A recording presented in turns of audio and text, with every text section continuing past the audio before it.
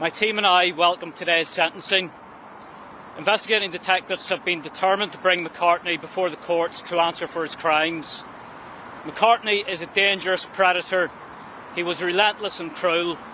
He posed as a young girl online to groom and manipulate his victims, some as young as 4, to satisfy his own sexual perversions.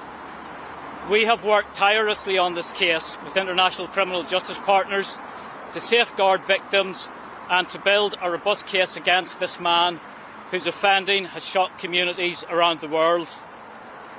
Sitting in his bedroom in Newry, he began his offending as a late teenager. His offending was on an industrial scale. He had a number of devices and was operating across different time zones. His depravity knew no bounds.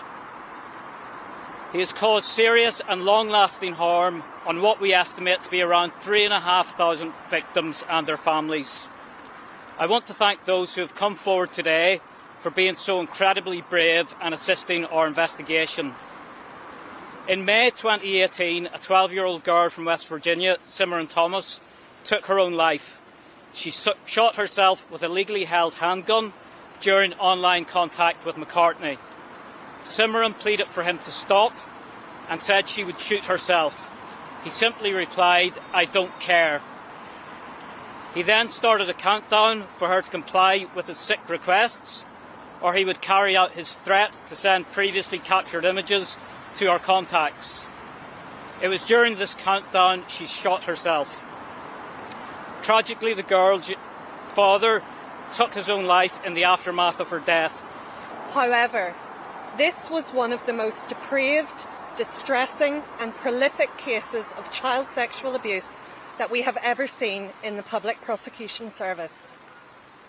McCartney has now been held accountable for his devastating crimes, including the manslaughter of Cimarron Thomas, a 12-year-old girl from the United States of America. This little girl was one of thousands of victims of McCartney's abuse around the world. He has caused immeasurable damage to children and their families. Given the scale and complexity of his offending, the PPS worked closely with the police from an early stage in their investigation.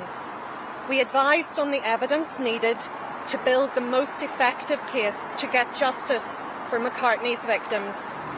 Tragically, Cimarron Thomas took her own life after McCartney pretended to be a young girl and befriended her.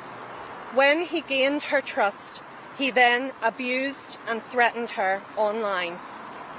Our dedicated team of police, prosecutors and counsel worked together to establish to the criminal standard that McCartney's actions had caused Cimarron's death.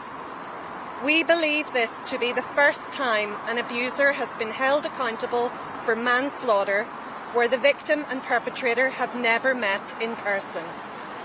The prosecution team was also able to apply the offence of blackmail, which normally concerns physical property, to the digital images McCartney was demanding. We have since been able to prosecute suspects for blackmail in other cases of catfishing.